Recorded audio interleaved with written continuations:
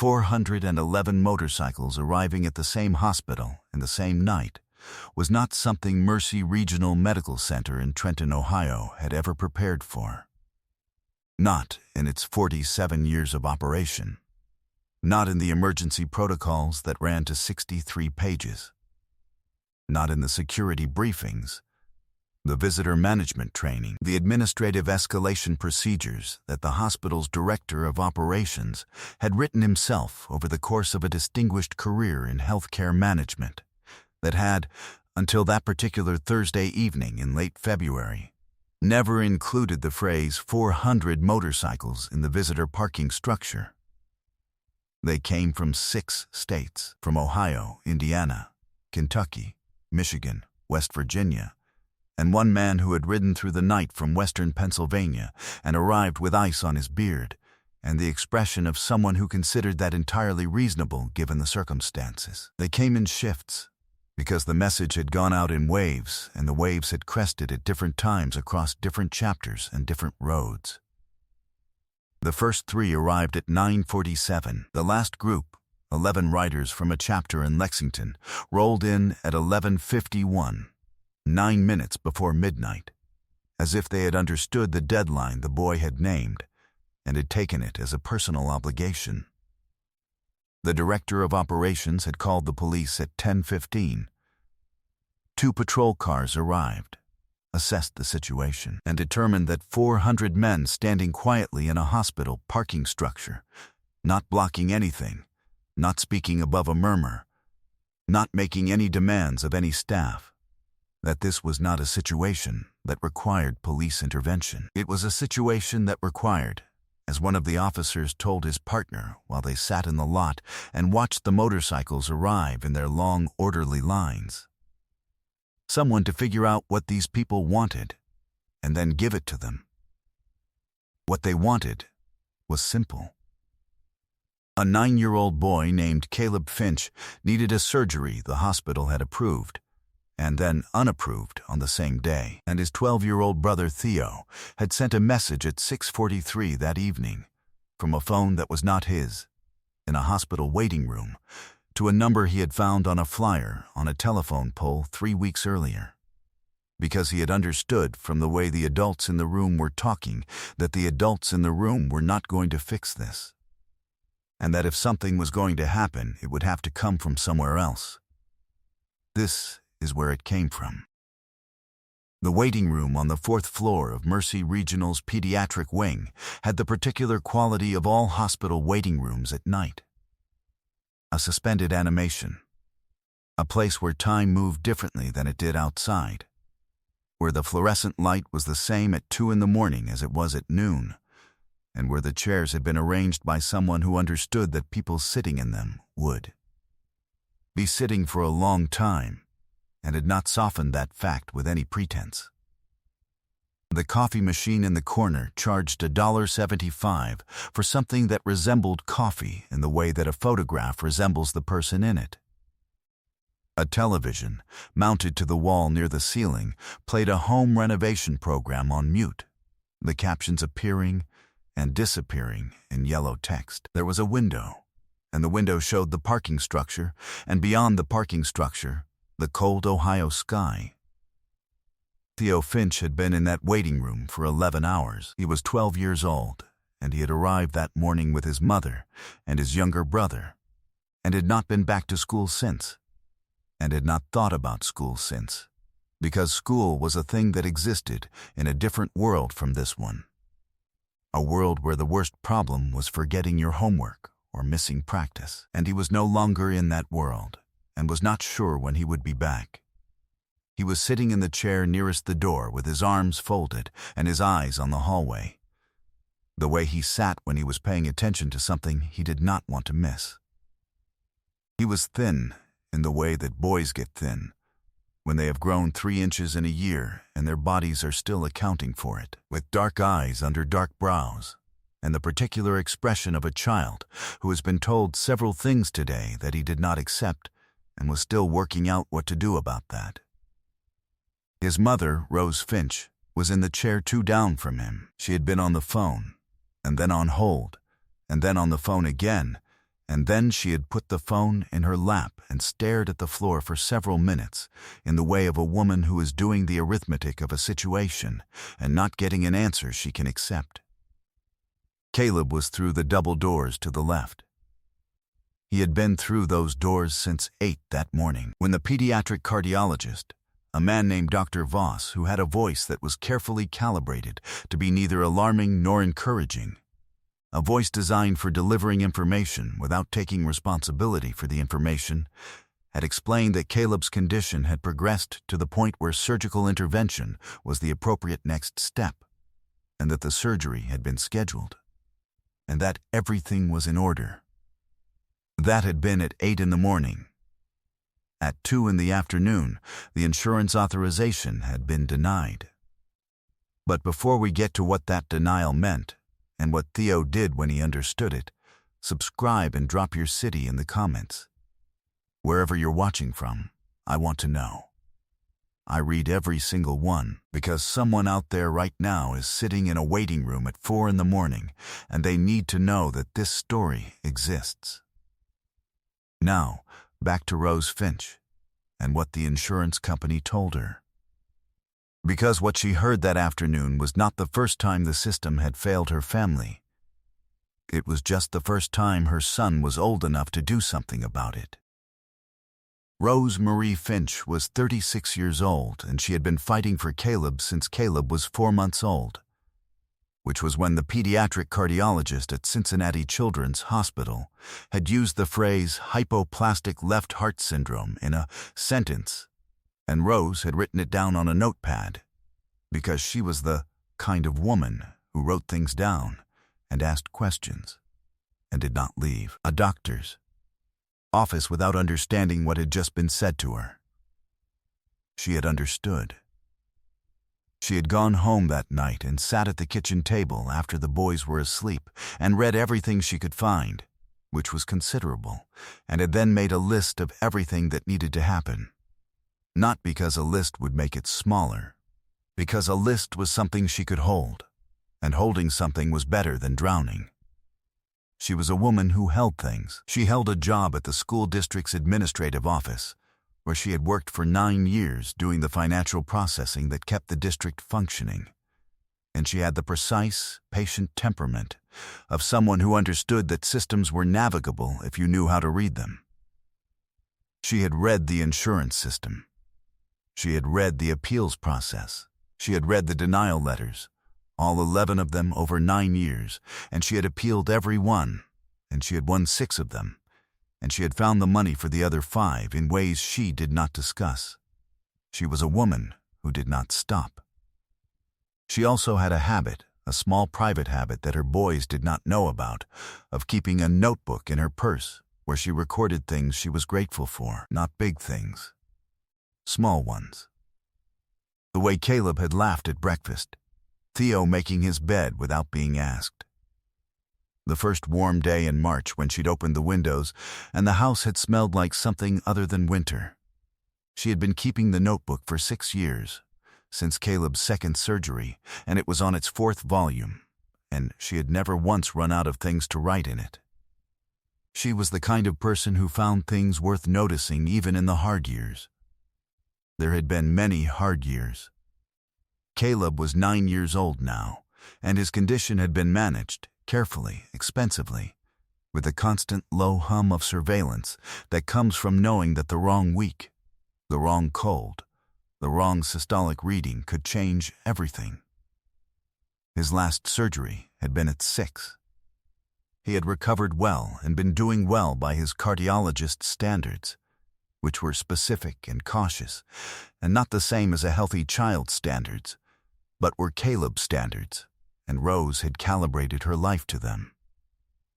He was a boy who loved trains, not in the casual way of children who like things because they are presented to them, but in the specific, accumulated way of someone who has researched a subject and retained what they learned. He knew the names of locomotives. He knew the difference between narrow gauge and standard gauge. He had a notebook of his own, a composition book with a red cover.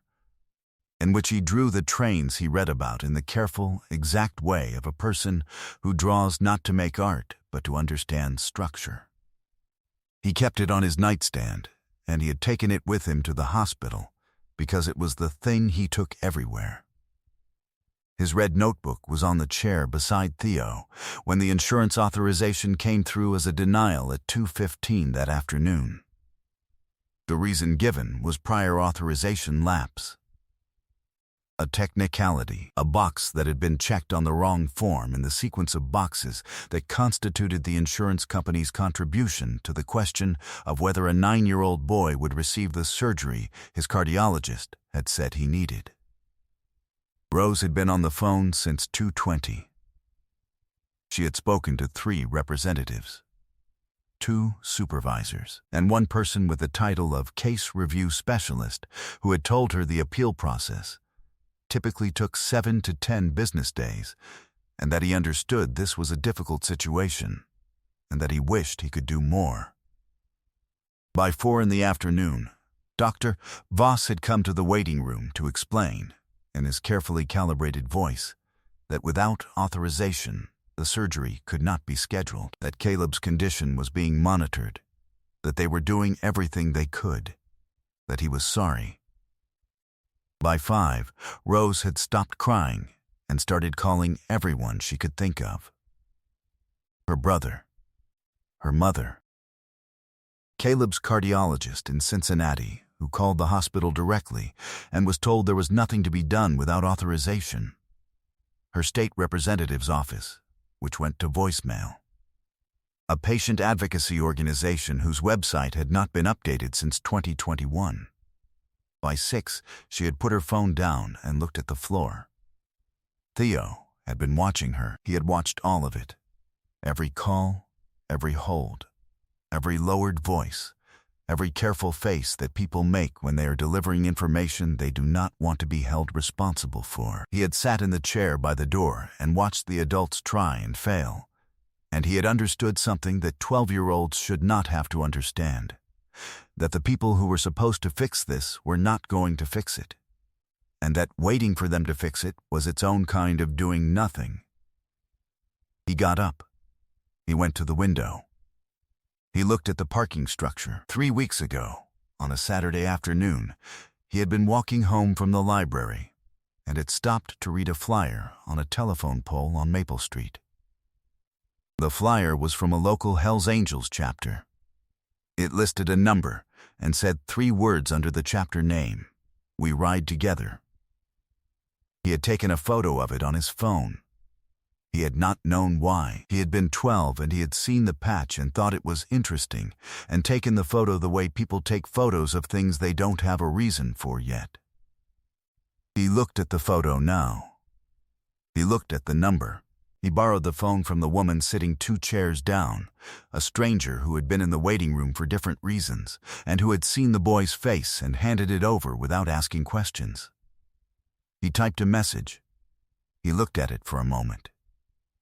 Then, he pressed send. The message said, "My name is Theo. My brother Caleb is 9 years old and he has heart disease, and the insurance company denied his surgery today, and the doctor says he needs it. My mom has called everyone, and nobody can help. We're at Mercy Regional in Trenton, room 402. My brother will die if nobody comes tonight. I don't know who else to ask." Wick Harlan was sitting in the Millstone Diner on Route 40 when his phone buzzed at 6:43. He was 49 years old and he had run the Hells Angels chapter out of Trenton for 11 years, and he was eating a plate of eggs he had been looking forward to since noon, and he read the message 3 times before he set his fork down. He sat for a moment with his hands flat on the table. He was a big man, 6'4", 240 pounds, with the kind of physical presence that rearranged the geometry of whatever room he was in, not because he demanded it, but because the room adjusted on its own. His vest was old enough to have earned every crease in it. His hands were the hands of a man who had worked with them his whole life, wide across the knuckles, scarred at the base of the right thumb from a thing that had happened in a machine shop in 1998 that he did not often mention. He had 3 children of his own. His youngest was 9. He picked up his phone. He made 4 calls in 8 minutes. The first was to his vice president. The second was to a man named Carver, who was a retired insurance adjuster and who had, on 2 previous occasions, navigated the specific bureaucratic terrain of medical insurance denials with the cold efficiency of someone who knew exactly which pressure point to press and pressed it without hesitation. The third call was to a woman named Diane, who worked in hospital administration and who had been a friend of the chapter for 7 years, in the way that certain people become friends with certain communities, not because it is convenient, but because they have seen what those communities are capable of and have decided to be part of it. The fourth call was to his road captain. "Get the word out," he said. "Mercy Regional. Pediatric Wing. 412. I need bodies." He left a 20 on the table and walked to his bike. The eggs went cold. Theo was still at the window when the first 3 arrived at 9:47. He saw the headlights before he heard the engines. 3 lights appearing in the parking structure entrance below, moving slowly, resolving into 3 motorcycles that pulled in and parked in a deliberate row near the elevator bank. The riders got off without hurry. They looked up. One of them looked up at the window of the 4th-floor waiting room. Theo was 12 years old, and he had sent a message at 6:43 to a number on a telephone pole flyer, and he had not known if anyone would answer. Had not known what "we ride together" meant when measured against the specific machinery of a medical system that had decided a 9-year-old surgery was a paperwork problem. He had not known. He knew now. He turned from the window. "Mom," he said. Rose looked up. "Come look," he said. She came to the window. She looked at the parking structure. 3 motorcycles, 3 men. Then, behind them in the entrance, the lights of more. She stood very still. "Who are they?" she whispered. "I sent a message," Theo said. He said it quietly, the way you say something you are not sure how to explain. 3 weeks ago I took a photo of a flyer. Tonight I borrowed a phone and sent a message to the number." Rose looked at her son. Theo looked back at her. He was 12 years old, and he had the dark eyes and the folded arms and the expression she had seen on him his whole life. The expression of a boy who, when the situation required it, did not wait to be old enough. "Theo," she said. "I didn't know if anyone would come," he said. She looked back at the window. The parking structure had more lights in it now. Then more. Then the sound arrived, low through the glass, building the way weather builds, and the glasses on the coffee machine counter trembled. And the woman who had lent Theo her phone stood up from her chair and looked at the window, and the man who had been asleep in the corner chair woke up and looked, and nobody in that waiting room said anything. The lights kept coming. Wick Harlan came through the double doors of the 4th floor at 10:11, with 2 men behind him and a woman named Diane Rusk at his side, and the waiting room went very quiet. Diane Rusk was 53 years old, and she had worked in hospital administration for 26 years, and she had a tablet in her hand, and the expression of someone who had arrived at a meeting they intended to run. She found the nursing station first, spoke for 45 seconds, and was directed to the floor supervisor's office. She went. Wick came to Rose. He stopped 4 feet away, the way a large man stops when he does not want to fill the space with himself. He looked at Rose. He looked at Theo beside her. "I'm Wick," he said. "Rose Finch," she said. Her voice was steady, the voice of a woman who had been afraid for 11 hours and had decided to stop. "Diane's going to work on the authorization," he said. "She's done this before. She knows who to call inside that building tonight." The insurance company? The insurance company doesn't matter right now, Wick said. The hospital can approve this independent of the insurer and pursue reimbursement after.